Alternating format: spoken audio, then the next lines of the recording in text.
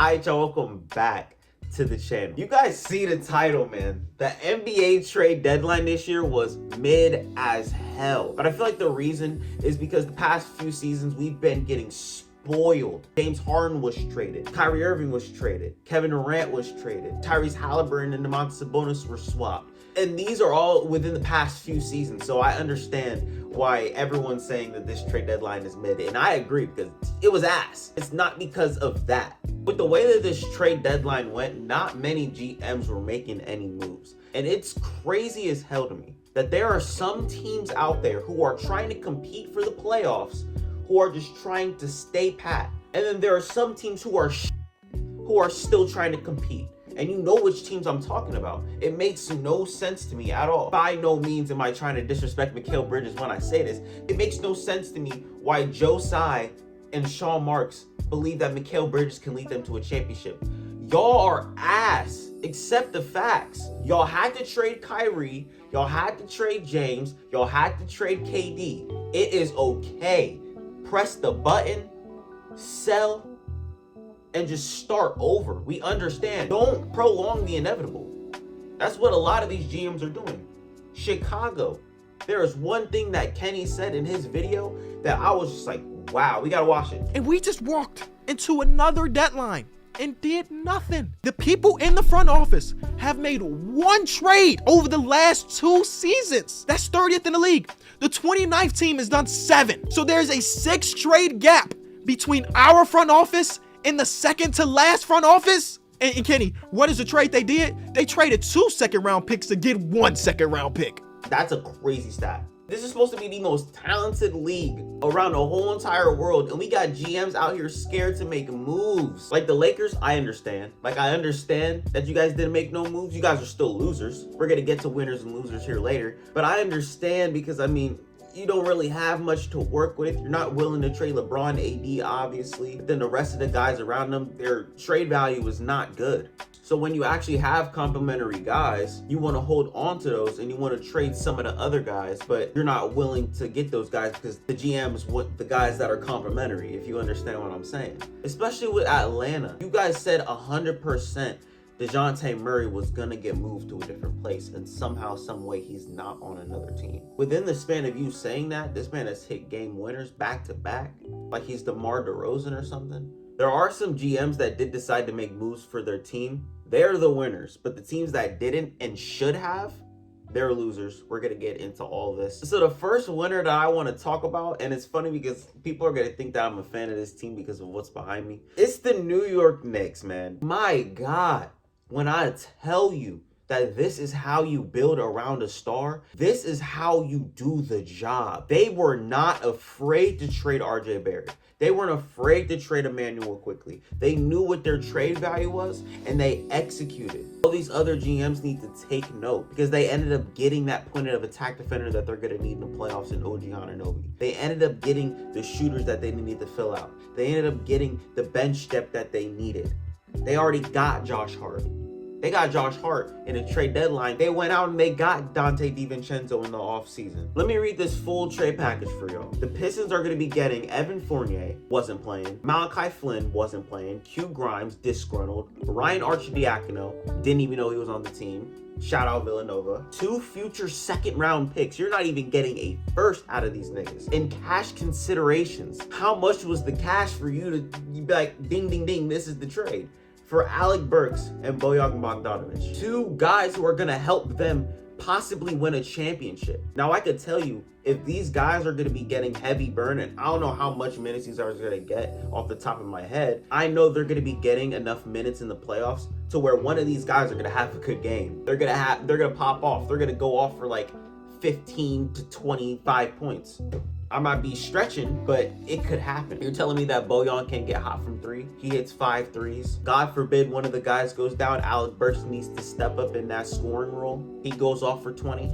God forbid something like that happens, but this is the reason why you have these guys here, to fill out the depth. And that's exactly what the New York Knicks did. They went out, they saw blood, they smelt it in the water, and they struck.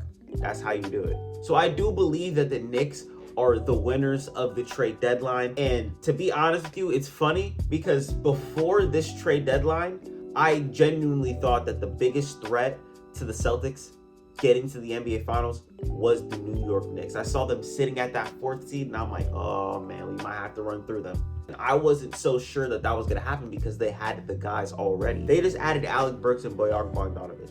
I cannot say that nigga's name for the death of me. Wait, for the life of me. I don't know what I'm talking about right now. But in my personal opinion, I do believe that they are the second best team in the East as of right now. Oh, free Trae. We need to talk about how everybody's favorite trade target, DeJounte Murray, didn't get traded. I don't know if it was because of the Atlanta Hawks side or if it was because of the other people valuing their assets way more than they should have. But I'm going to focus on the Atlanta Hawks as of right now because you were telling everybody, all the news was saying you guys were going to be trading DeJounte Murray and it was going to happen. And then all of a sudden, it's not going to happen and it's looking like DeJounte Murray is going to stay in Atlanta. We were looking forward to moving in a different direction, and I was looking forward to it as well. I've seen how better the 3-time All-Star has gotten on defense. I'm watching that, you know what I'm saying? And then to just not trade him at all, you know what I'm saying? We're gonna stay pat, you know what I'm saying? We were telling y'all that we were gonna trade, nah.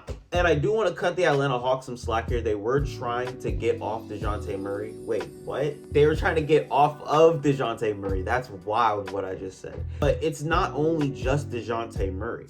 Like, they didn't make any moves. They didn't try to improve their team at all. And Atlanta just continues to do Trae Young wrong, bro.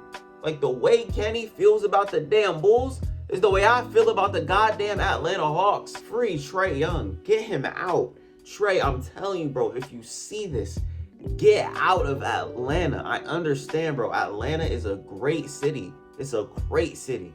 But bro, if you're looking to win, you gotta go somewhere else. And you know what? Atlanta, if you want to pull the trigger and trade Trae Young, go ahead.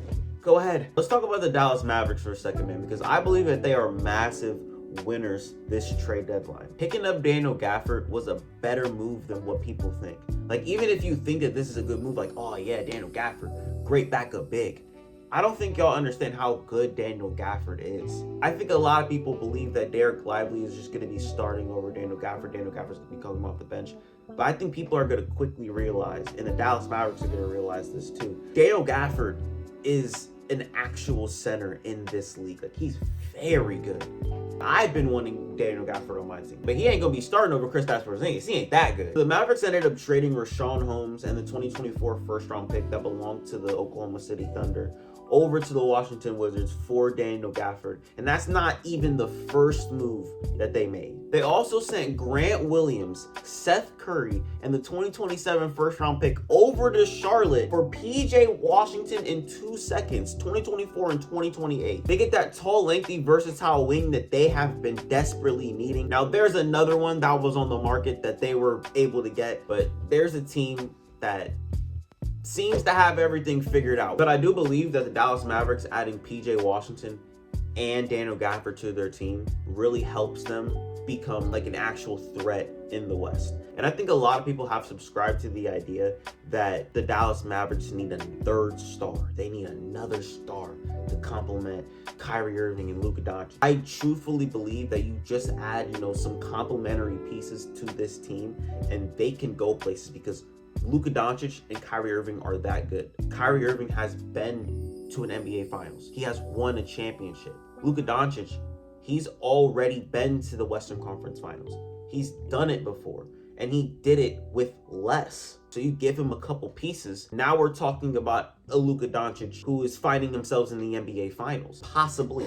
I'm not saying that it's going to happen this season, but I believe that probably in like 4 years, we're going to see Luka Doncic probably raise a trophy. The way that they're going in the trajectory that they're going with the moves that they're making. I mean, PJ Washington, Daniel Gafford, drafting Derek Lively, moving on from Grant Williams, which we need to talk about right now. Apparently, Grant Williams was rubbing people the wrong way. Maybe you guys just don't know how Grant Williams operates. Rubbing people the wrong way is crazy.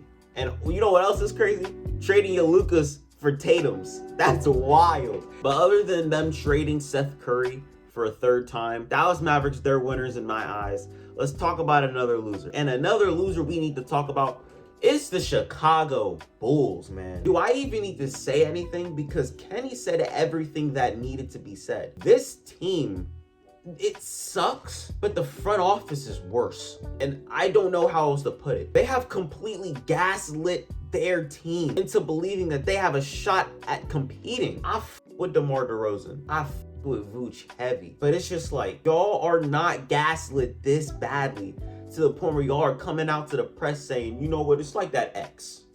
What are you talking about? Stop. You know your team sucks. You know your team is bad. But Vooch, you're not off the hook, bro. You say, I believe we have enough. Dude, you guys are the 12th seed. You really think that you're beating Milwaukee? You think you're beating Boston? You're not, for real. Like, Lonzo went down. It sucks. LaVine went down. It sucks. The big three. It's done. Wash your hands. It's that Gucci bag. Bro, it's the Gucci bag. You have other pieces. You don't have to move on from Zach LaVine. Okay, I understand that the contract's fat as hell. You don't have to move on from DeMar DeRozan. I understand his value is low. But you have Alex Caruso. You have Andre Drummond. Andre Drummond? The man is balling out. You can get pieces back to improve the team. I sound like Kenny right now. What the f is happening? Let's move on, bro. I don't want to talk about the Bulls, bro. I don't want to talk about the Bulls. There's truthfully no other winners. From what I've been saying before, I damn near might make the damn Pistons winners. I might make it. The Pistons are winners. You know why the Pistons are winners? The Pistons are winners because they got Simone Fontecchio.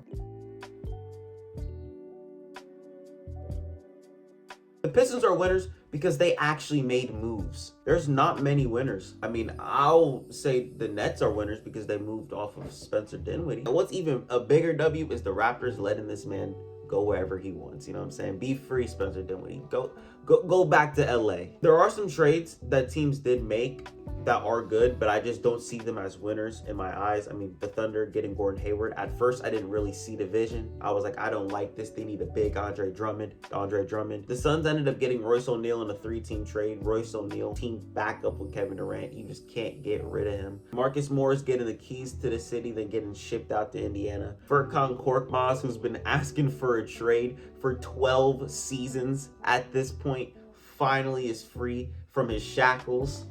Patrick Beverley possibly having to win a championship with Damian Lillard. He gotta salvage that relationship. You gotta do it, bro. My Boston Celtics getting Xavier Tillman, moving off from Delano Banton.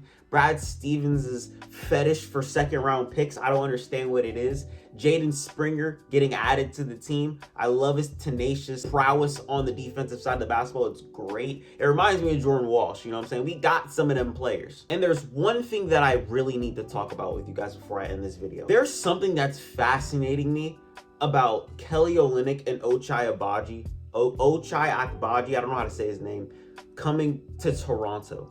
I love Kelly Olynyk being in Toronto because I think that he's that guy, that glue guy. You know what I'm saying? He reminds me of that Kyle Anderson type role player, that Derek White-esque type role player. Not the way that they move or the way that they play the game of basketball, just them being connectors on the basketball court. Kelly Olynyk, he's going to be playing some backup five for you. You know what I'm saying? He can play some small ball center for you, but he can also stretch the floor.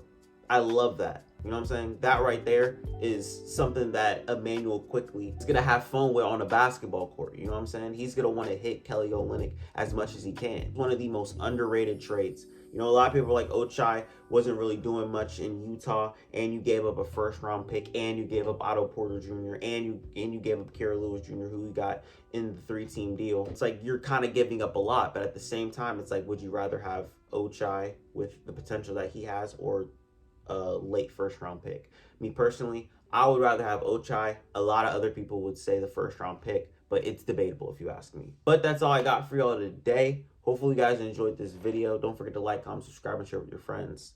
And I'm out. Peace.